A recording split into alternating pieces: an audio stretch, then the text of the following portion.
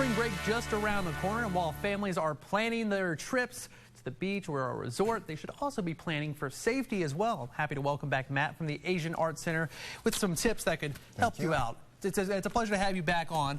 You know, it's kind of a shame that people have to kind of think that way, but that is the day and age that we unfortunately live in, where, you know, someone might just want to be a Scrooge, take advantage. So just plan ahead.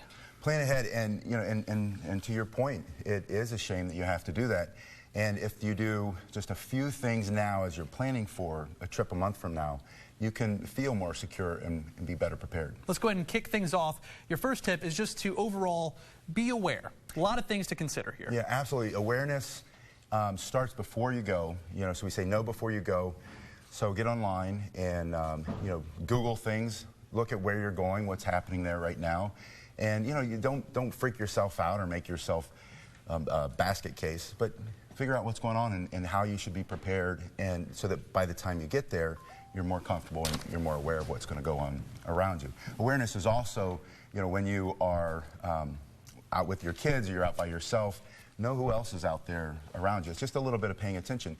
And if you have kids who are going on spring break, you know, talk to them about that too and say, you know, we realize or know most of you are going to drink or have fun, but do it in moderation, you know. Yeah, seeing that physical barrier up there. So say you're walking in one of those touristy areas, someone approaches you. How do you handle the situation? Yeah, so we say get in a better position first, and that's either stepping back or stepping forward, but separating your feet into kind of a power base. And the hands come up and open, and this is extremely, extremely important. We know that when your hands are like this, you are behind what we call a flinch block, and you'll naturally flinch or move into the right position if someone tries to grab you, tackle you, you know, throw a punch at you or something like that. If your hands are down, you're going to get hit every single time.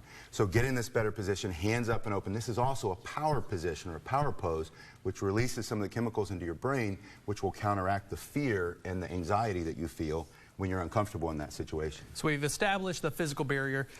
Your vocals, the verbal barrier also can play a crucial role. Absolutely, and for two reasons. One, I want to say to you, I will defend myself. So we're going to say stop, and we use just a simple word, stop, and you say it loud and clear, and we say use a commanding voice. So it's not a plea, it's not a request.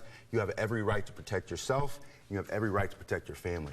And so when I say stop, I mean stop. That also starts to raise what we call the emotional barrier. So I have a physical barrier, I'm more safe, I have my verbal barrier, and all that starts to raise my emotional barrier, which says prepare to fight or prepare to run. I was just going to say, if unfortunately something like that does happen and somebody is up to no good, one of two things will happen. Either you're going to run away, get help, or you're going to confront that situation and may have to get a little physical. Yeah, absolutely. And running is always your first choice. But, you know, we're talking about a resort. Maybe you're there with your family. Maybe you can't run. Maybe running's not an option.